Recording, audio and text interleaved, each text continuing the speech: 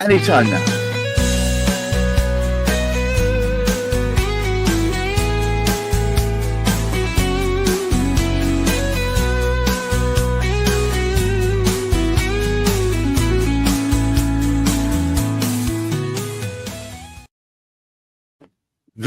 Bienvenue. Welcome once again to another live stream. This is Property Matters, where we talk about all things that relate to property and mostly kind of stir up interest in what's really going on right now, and perhaps even to take advantage of extra knowledge that hopefully our experts can lay at your door.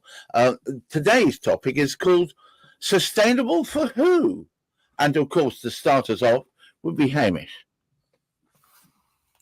It always worries me that when we hear of manufacture of any items that are allegedly eco-friendly, very little is said about the cost of actually putting such things together, either in terms of whether it's actually environmentally friendly, putting it together, or whether in fact the cost justifies exactly what we are doing.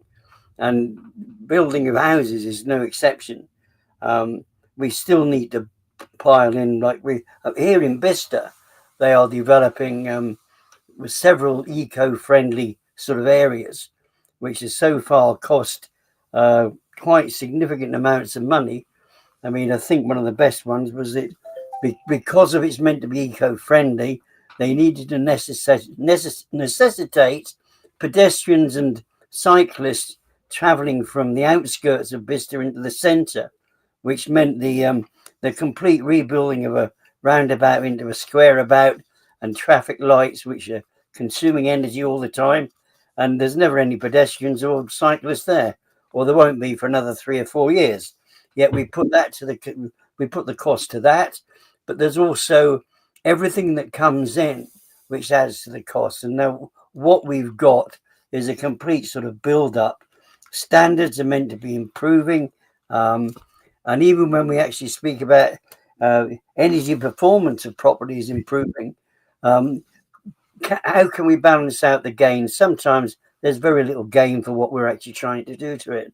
But the overall thing to me is what it's actually going to do. What is it going to do to add to the cost of properties, which themselves are vastly sort of out of reach of an awful lot of people, and certainly those first-time buyers that we want to get onto the rungs.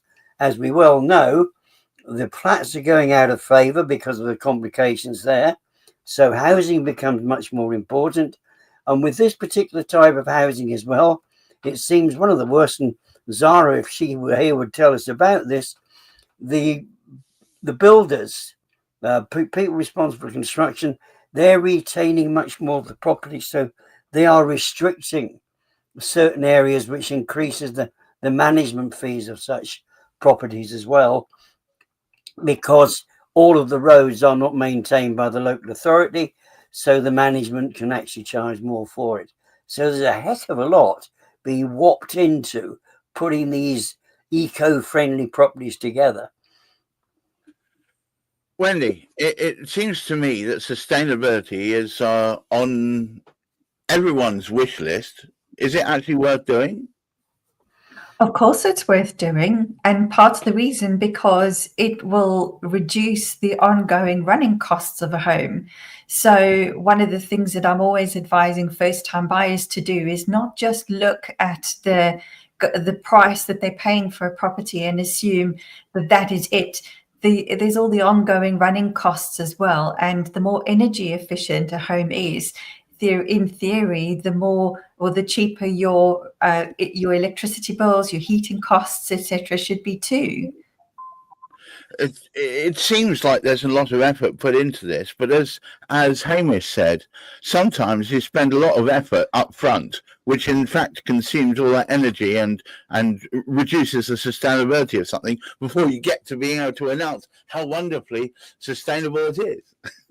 Yeah, one of the things that I find really bonkers is that there's this expectation to knock down old homes to rebuild them. Now, granted, I know that old homes obviously haven't got the energy efficiencies that you would find in new homes, But talk about sustainability. There's already the expended CO2 for building that home that's already been spent. So knocking it down and building something new is just going to cause more CO2 expended in the environment. So Right. I don't really feel that knocking down something old and building something new is definitely the best approach. If it's possible, actually looking at retrospective upgrades to a home, which hopefully a first-time buyer can do over time, rather than have to pay for the cost of everything, all bells and whistles up front, and focus on trying to improve the energy efficiency of the property. And that can be anything from improving the reducing the amount of heat that gets leaked out of a home in winter, but also it could be changing your usage, maybe even getting grants, changing your water heating system to something that's energy efficient. There's obviously a big move away from gas towards electricity usage rather. So maybe even putting solar panels on the roof of your home. We've got them on our home, and we also have changed our behavior in how we use electricity as a result, which has meant our electricity bills have always been significantly lower for the size of house that we've got. Hamish, sustainability is going to be an issue on everyone's agenda for years to come, is it not? Oh, I mean, it's bound to be. It's bound to be. What does actually sort of happen, which is one of those challenges in life. Oxfordshire, for whatever reason, I guess because employment's sort of fairly high in these particular regions, is deemed to be a particularly useful area for development. So unlike, as Wendy's just sort of speaking about, instead of actually working on older homes, which there aren't enough of in any event, there's many of the developments are actually they're in green fields. In fact, we just sort of heard of another one. Mind you, that one they're deciding it's going to be some kind of pleasure park or whatever. It's currently a pig farm, which is going to become a sort of pleasure park and bring all the additional traffic in and sort of what have you. So we take that out of the equation. That's a little bit of a misnomer. But what they're actually trying to do at the same time is build on what is currently just an agricultural field at the moment, full of grass. And of course, the cost of transferring that over, the total cost of CO2 and everything to actually get that into the houses, the number of houses it's actually going to be with all the materials, because all the materials need to be extracted, concrete needs to be extracted. All of this needs to actually sort of happen.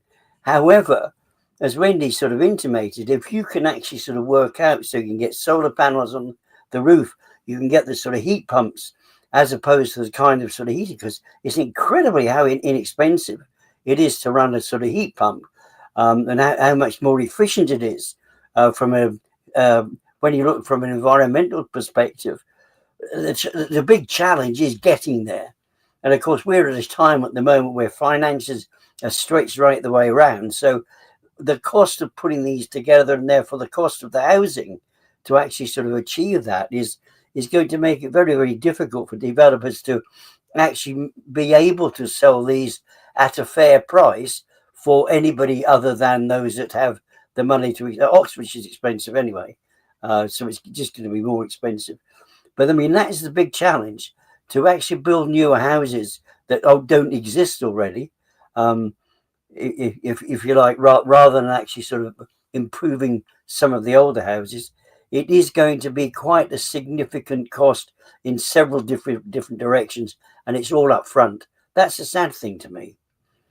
Wendy, in a world where it is becoming harder and harder for a first-time buyer to actually get on the property ladder, isn't this adding yet more hurdles to that cause? I guess in some respects, but then they also have the benefits of it in other respects. So yes, it might be a slightly higher upfront cost to buy a property that's got a better EPC rating than to buy something with a very low EPC rating. But they'll already in from the outset be benefiting from better energy efficiency. So their energy consumption should be far lower than it would be if they bought something with a low EPC rating. I just wanted to go back on and highlight something that Hamish was saying regarding heat pumps. So in the property that I live in, it was built in 1965. So they put in it was a gas central heating system that was put in. And the people who owned the house before us, they ended up putting in cavity wall insulation, which was put in really well. And also the solar panels that are on the roof of the house. But what we've done is we've actually changed from the gas central heating. We don't use that anymore because we have also installed a heat pump in the house. And so because we run the heat pump during the day in winter to warm the house up whilst the electricity is being generated, it means that at nighttime our house is nice and cozy. And because of the cavity wall insulation, very little of it leaches out. So it's still a very comfortable temperature by the next morning. And our energy bills, our gas probably has gone down. Well, it's now virtually nothing. The only thing we use gas for is for cooking. And we're already looking to see about replacing our gas cooker with an induction hob instead. So this is something that's really dear to my heart because through accident, it wasn't even intentional that we were looking to buy a house that specifically had solar panels on the roof, but we really embraced it. And it really has made such a significant difference in our annual energy costs. So we try and use as much energy as we can during the day whilst it's generating electricity. And I think our energy bills are significantly lower than comparative properties around our area as a result. Is this something that all new homeowners should be looking at? Should they stipulate that they need the property to be sustainable, if not with solar panels already in place? There's already built into our building regulations, there's already a minimum element of energy efficiency that's required. And to be honest, most new homes being built these days actually exceed an EPC of a C rating. What brings the average down, because the industry, well, the nationwide average of an EPC rating is actually a D, which isn't that great if you think about it, but that's skewed because of how poorly insulated and how inefficient older homes are. So this is certainly an area where we could improve an awful lot just by improving retrospectively a lot of the old buildings. But the problem with that is it comes at a cost. So, for example, trying to change the heating system from what might have already been put in, if it's a really old home, that gas central heating system might already have been put in retrospectively, which means you've got external pipes being traced around on all the walls in the house. So I really think that heat pumps is a great answer because they heat up on a room by room basis rather than heat up the whole home. So that's already a benefit, I think. So you don't end up wasting heating in homes that are underutilized. And I think one of the other things that I have also noticed over the years is, yes, when new technology comes in, it's usually really expensive. But if you even look at the cost of solar panels, for example, they've come down significantly in cost over the years to the point where you'd think at some stage the cost of, say, solar panels on the roof, which are actually integrated into the roof tiles, might even be as cheap as bog standard roof tiles one day. It does bear thinking about. I've actually was speaking to someone only recently because I've just although I have solar panels, they didn't have any batteries. I'm now having batteries installed, and because of the arbitrage that can happen during the night, where where it automatically buys electricity at one rate and then sells back. That's the classic bit. The cost of my electricity from the grid will come to almost zero. Did you know it's almost illegal to disengage from the grid? You can't completely disengage.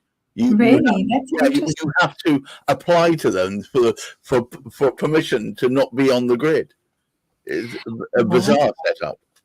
That is really bizarre. I mean, there's talk even that what's going to happen in the future is vehicles are going to be seen as mobile batteries, which you can plug your house into and then run your house energy off your car battery, for example. But I'm not quite sure whether the technology is there yet. But certainly homes, I think, you know, I grew up in South Africa, and one of the things that's been, decades long feature of South Africa is what they call load shedding, because the demand at certain times for usage of electricity far exceeds what they can generate at the time. So quite often over the years, they've ended up having spells of load shedding, which is basically they shut certain areas down from being able to use electricity so that they can, it basically then means that the demand is equal to how much they can generate. And we'll probably end up in a situation like that here in the UK unless we can put in more, what I would say, micro generation, which is every home by default should have solar panels on the roof so that each home can generate its own electricity. And then that can be moved around, as I said, through vehicles. You generate the electricity during the day, hopefully have a battery where you can capture that electricity and then feed it into your vehicle at nighttime. The battery then powers your home and also powers your vehicle. And then if you need to top up the battery at home, you've got the battery in your vehicle, which can then top that up. I think it's really incredible what we could hopefully expect to see in the future. I think the biggest issue has been energy density, batteries, but that's all changing, I believe. Hamish, would you take us home, please? Well, the thing is, on balance, what we are looking at, and this is really what we're aiming, if you like, what we were considering. Of course, there's a discussion and make people aware. And Wendy and I think we were speaking a couple of weeks ago now about the hidden costs of moving into a property and what you need to take into consideration. Now, one of the significant advantages here is having bought your property, with it having its panels on the roof, with it having its sort of heat pump in, although you might have needed to have saved for a bit longer, your benefit is going to be the efficiency of the energy that you're actually currently using, and therefore the cost of that particular sort of energy. So it is that matter can neither be created nor destroyed, nor did it seem can sort of somehow or other the environment is to a certain extent. We're going to pay in one way, but we're going to gain it sort of back in the other. All right. The most important thing, of course, is to contribute to, I mean, whether it be climate change, we want to consider it or not, it doesn't really matter whether we call it climate change. We want to create as little damage to the environment as we possibly can. And it's finding those efficiencies in the way forward with our builds that we're actually doing this. It's just finding those finely tuned things. And as we speak about the way you can actually sort of use a heat pump and the way we can actually sort of see cutting the cost. So temporarily, and I think we're trying to actually put a time limit on it. It can actually be a challenge. I think making that demand and sort of saying very, very short term, actually, 2029 is very, very short time to say any new build has to have solar panels on the roof. It's about time that maybe warehouses, they had the same thing, it's same imposition on them, because we've got masses of acres. We've got thousands of acres, probably millions of acres all over the country on top of warehouses, which are just sort of sat there getting wet. but we could actually use those for converting energy as well. So I think it's a positive. We're going forward. We've got some great ideas, and sustainability is sort of something absolutely vital. So we're going forward with cheerful steps. However, we do need to balance it out and think it's going to cost temporarily. However, there's a benefit here. Yeah, it's interesting, isn't it? Because at first sight, solar seems like an enormous expense, both the batteries and also the panels, and this fanciful idea Wendy has put forward that interconnected roofs and short local. This seems all fanciful, but in actual fact, I think we're pretty much there. We just need to join the dots. But I think this is, for once, Hamish. My goodness, we've ended Property Matters on a positive, optimistic note. Who knew? Thank you once again, Hamish McClay of Certic and Ray, and of course Wendy Gibson, the First Time Buyers Club, a friend of the show, and to you watching, it does appear that positivity is just on the horizon. We just got to connect the dots. And please, I ask all of you, keep your feet on the ground, keep reaching for the stars, look after that mental health, and help me connect the dots. Until next time, bye-bye.